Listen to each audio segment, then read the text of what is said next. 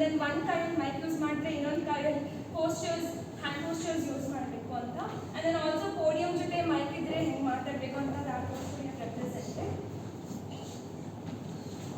Sir ತೋರಿಸ್ದಂಗೆ our hand gestures are very important. ಜಾಸ್ತಿ ಎಲ್ಲ ಮೇಲ್ ಮಾಡೋದು ಸರ್ಕಸ್ ಮಾಡೋಂಗಿಲ್ಲ.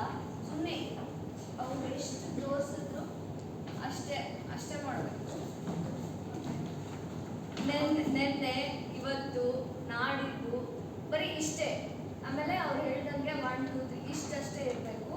ಮತ್ತು ಮ್ಯಾಮ್ ಹೇಳ್ದಂಗೆ fake it till you make it. ಯಾರು ನೀವು ಬರ್ತಿರೋ ಹೋಮ್ವರ್ಕ್ ನೋಡಿರಲ್ಲ, ಮುಂದಿನ ಜನಕ್ಕೆ ನಾವೇನು ಪ್ರಿಪೇರ್ ಮಾಡಿದ್ದೀವಿ ಗೊತ್ತಿಲ್ಲ. ಸೊ ಆನ್ ದ ಸ್ಪಾಟ್ ಏನು ಬರುತ್ತೆ ಅದನ್ನು ಚೆನ್ನಾಗಿ ಮಾಡ್ತೀವಿ.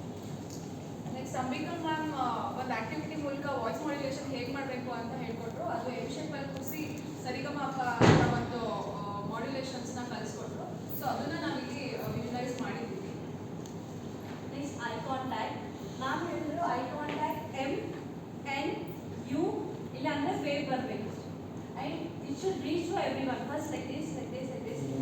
Totally we should see for everyone. Nobody should feel like we have out